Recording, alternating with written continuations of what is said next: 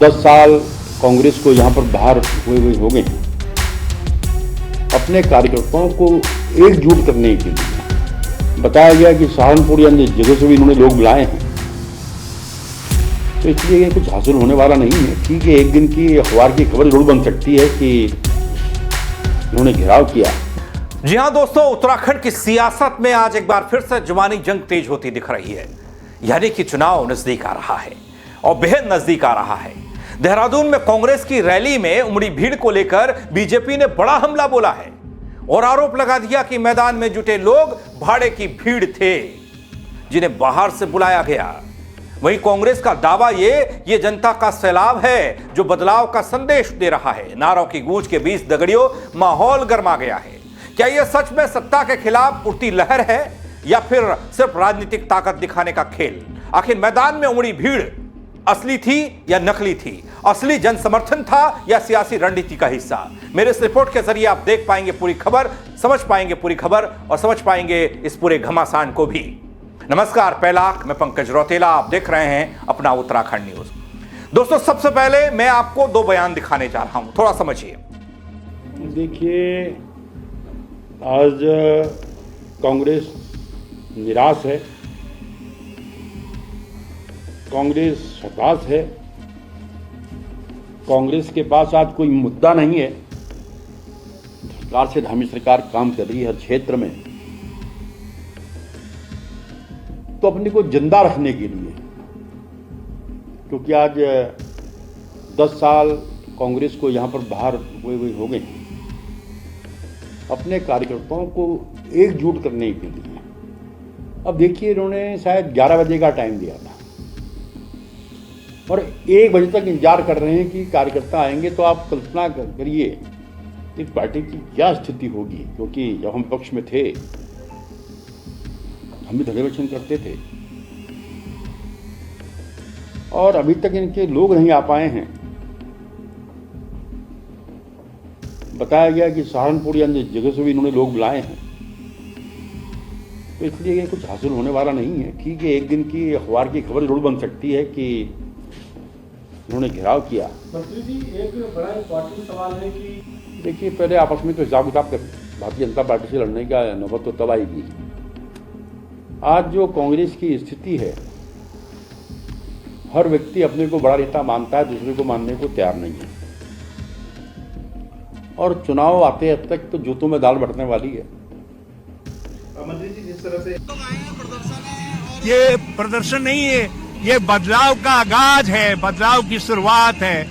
लोग कह रहे हैं बदलाव बदलाव बदलाव, और मैं कह रहा हूं भाजपा गई गई गई, भाजपा गई गई गई, भाजपा बलात्कारियों की सरकार नहीं चलेगी, नहीं चलेगी। अरे गुंडा। जी हां दोस्तों, कांग्रेस सत्ता परिवर्तन का नारा दे रही है, खूब महफिल लूट रही है, लेकिन बीजेपी वाले कांग्रेस के नारे को हवा हवाई बता रहे हैं, कोई कसर छोड़ नहीं रहे। दरअसल दोस्तों, कांग्रेस के लोक भवन कूच के लिए निकाली गई रैली पर बीजेपी की प्रतिक्रिया सामने आई। बीजेपी प्रदेश अध्यक्ष महेंद्र भट्ट पहले बयान दे चुके हैं। अब कैबिनेट मंत्री गणेश जोशी ने कांग्रेस की इस रैली को भाड़े की भीड़ बता दिया। गणेश जोशी कहते हैं कि भीड़ सहारनपुर और अन्य जगहों से बुलाई गई थी। दोस्तों, बीजेपी प्रदेश अध्यक्ष महेंद्र भट्ट की बात करूं तो कांग्रेस के इस प्रदर्शन को वो फ्लॉप शो करार देते हैं। वो कहते हैं कि आज के प्रदर्शन में जनता की अनुपस्थिति बताती है कि राज्य विकास के मार्ग पर बहुत आगे बढ़ रहा है। कितना बढ़ रहा है आप जरूर जब खबर देखेंगे बताइएगा कमेंट के जरिए। कांग्रेस खुद अभी भ्रम में बता रहे हैं। वो कह रहे हैं कि हम आने वाले सालों को विकास की रफ्तार बढ़ाने का अवसर मान रहे हैं, लेकिन कांग्रेस नेताओं के लिए यह समय राजनीतिक प्रपंचों का है। दोस्तों, बीते 4 सालों में बीजेपी का कहना यह कि हमारी सरकार ने विकास और जन कल्याण के लिए अनगिनत काम किए, बल जनता से किए गए सभी वादों पर बीजेपी खरा उतर रही है। कितना उतर रही है ये जनता जानती है। बाकी बचे समय में भी उम्मीद से बढ़कर काम होगा, ये वादा किया जा रहा है। जनता आज राज्य के चौमुखी विकास को अपने आसपास अनुभव कर रही है। ये मैं नहीं कह रहा हूं, ये बीजेपी वाले कह रहे हैं। आप कमेंट के जरिए बताइएगा क्या वाकई में ऐसा हो रहा है या फिर नहीं हो रहा है, ये मैं आप पर छोड़ता हूं। लेकिन केंद्रीय एजेंसियों के आंकड़े इसकी तस्दीक करते हैं। बीजेपी हवाला दे रही है, लेकिन कुछ आंकड़े बीजेपी के खिलाफ भी जा रहे हैं। उसका आकलन भी जनता कर रही है कि आपराधिक रिकॉर्ड बढ़ गया, हेट स्पीच के मामले में प्रदेश कहां पर है, लिंचिंग के मामले में कहां पर है, यह भी तो होगा ना बात, चर्चा इस पर भी होगी। दोस्तों, इससे पहले बीजेपी प्रदेश अध्यक्ष महेंद्र भट्ट ने कांग्रेस पर पलटवार करते हुए कहा कि कांग्रेस को दिक्कत इस बात से है कि राज्य निर्माण से चले आ रही समस्याओं पर हमारी सरकार ने निवारण कैसे कर दिया। कांग्रेसी सरकारों ने भ्रष्टाचार की बेल पनपाई, हमने पूरी तरीके से उस बेल को सुखा दिया। और आज महेंद्र भट्ट कह रहे हैं कि जो हल्ला कांग्रेस द्वारा किया जा रहा है, जिसे कांग्रेस अपना शक्ति प्रदर्शन बता रही है, सत्ता परिवर्तन के नारे गढ़ रही है, उसे महेंद्र भट्ट फ्लॉप शो बता रहे हैं और कह रहे हैं मुद्दे ही नहीं है, हम इसको हल्के में लेते हैं। कोई संख्या नहीं है और ना कोई इशू है। अच्छा होता कांग्रेस के राजभवन जा रहे थे तो प्रदेश की कुछ समस्याओं को लेकर जाते, लेकिन समस्याएं तो कुछ है नहीं, इसलिए हो हल्ला ही एक रास्ता कांग्रेस के लिए बचता है और उस हो हल्ले को प्रदर्शित करने का काम कर रहे हैं। और इसी हो हल्ले के बाद कांग्रेस के अंदर जो गुटबाजी दिखाई देगी, वो इस प्रदर्शन के बाद दूसरा जो प्रदर्शन होगा उसमें आप देखिए कैसा उनका आंतरिक प्रदर्शन होता है, वो सबके सम्मुख होगा। और जिस प्रकार का वो हल्ला मचा रहे थे, आज जो मेरे में फीडबैक है, जो हम भी फीडबैक लेते हैं क्योंकि हम सत्ता दल में रहते हुए राजनीतिक विषयों पर ध्यान रखते हैं, जो अपेक्षाएं उन्होंने क्षेत्र से की थी उस अपेक्षा में जनता उनकी कार्यक्रम में बिल्कुल नहीं आ रही है। जो ऐसे कांग्रेसी जिनको उन्होंने पदाधिकारी बनाया हुआ है, उन्होंने 4-5 लोग इकट्ठे के पदाधिकारी से करके कुछ संख्या में लोग आए होंगे और हम उनका भी स्वागत करते हैं। प्रदर्शन करने का अधिकार लोकतंत्र में सबको है। तो यहां दोस्तों, कांग्रेस के उठाए जा रहे मुद्दों को मुद्दा बीजेपी वाले मानने को तैयार नहीं। बीजेपी का तर्क यह है कि नियुक्तियां प्रक्रिया नकल माफिया के हाथों में दी गई, उनको हमने खत्म कर दिया। बीजेपी कहती है कि हमने रिकॉर्ड युवाओं को रोजगार दिया। मुझे नहीं मालूम, मेरे पास कोई आंकड़ा नहीं है कितने लोगों को रोजगार मिला या नहीं मिला। आपके पास होगा तो आप कमेंट के बताइएगा, क्योंकि होता तो मैं जरूर आपको बताता कितना रोजगार प्रदेश में मिला। बेरोजगारों की संख्या बढ़ रही है, ये मुझे पता है। प्रदेश की डेमोग्राफी बिगाड़ने की साजिश पर लगाम लगाई गई। बल अब पिछले 10 सालों में अभी लगाम लग रही है या पहले से? बीजेपी जब से सत्ता में आई है, इससे पहले भी सत्ता में रही है, तब क्या उस समय डेमोग्राफिक चेंज नहीं दिखा? मुझे नहीं मालूम। लंबे समय से लंबित महिला सशक्तिकरण को लेकर काम हुआ, लंबे समय से लंबित मातृशक्ति और राज्य आंदोलनकारी आरक्षण को अंजाम तक पहुंचाया गया। यही वजह है कि कांग्रेस आज प्रदेश में पूरी तरीके से मुद्दा विहीन है और विचार विहीन हो गई है। वहीं दोस्तों, इसके अलावा जब हम कैबिनेट मंत्री गणेश जोशी को सुनते हैं, वैसे इनकी चर्चा खूब होती है अपने प्रदेश में, नकारात्मक चर्चा इनकी ज्यादा होती हैं। कई पैसे का लेन देन, आय से अधिक संपत्ति का मामला हो या और भी तमाम तरह की चीजें इनके खिलाफ जाती हैं। लेकिन ये कांग्रेस के बारे में कहते हैं कि कांग्रेस पूरी तरीके से हताश है और निराश है। जिस तरह से आज धामी सरकार काम कर रही है, कांग्रेस के पास कोई मुद्दा नहीं है। ऐसे में खुद को जिंदा रखने के लिए इस तरह के आयोजन किए जा रहे हैं, जो कि फ्लॉप साबित हो जाते हैं। अपने कार्यकर्ताओं को एकजुट करने और परखने का प्रयास है, गणेश जोशी का यह कहना मानना है। कांग्रेस को अब सत्ता से बाहर 10 साल होने को है। ऐसे में अपने कार्यकर्ताओं को एकजुट करने और उन्हें परखने का कांग्रेस मात्र यह प्रयास भर कर रही है। इस प्रदर्शन का कोई ठोस आधार नहीं बता रहे गणेश जोशी। दोस्तों, वो कहते हैं कि इस बार का अंदाजा इस बात से लगाया जा सकता है कि कांग्रेस की रैली का कॉल टाइम 11 बजे था। कांग्रेस के तमाम लोग 1 बजे पहुंचे, परेड ग्राउंड में इंतजार करते रहे लोग। कोई कार्यकर्ता आए, रैली शुरू हुई, ये सब कहते रहे। यहाँ एक तस्वीर वायरल खूब हो रही है, जब हरीश रावत पहुंचते हैं तो उनकी आगवानी के लिए कोई वहाँ नेता नहीं होता। ऐसे वो गुटबाजी वाली बात को हवा दी जा रही है। और वो सवाल भी है कांग्रेस के लिए, क्या कांग्रेस जो दिखा रही है वैसा है या अंदर खाने कुछ और चल रहा है? खैर, इस पर अलग से बात करूंगा।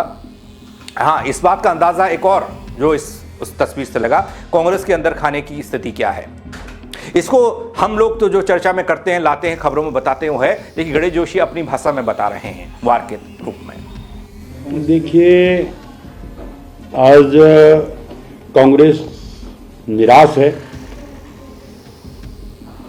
कांग्रेस हताश है, कांग्रेस के पास आज कोई मुद्दा नहीं है। सरकार से धामी सरकार काम कर रही है हर क्षेत्र में,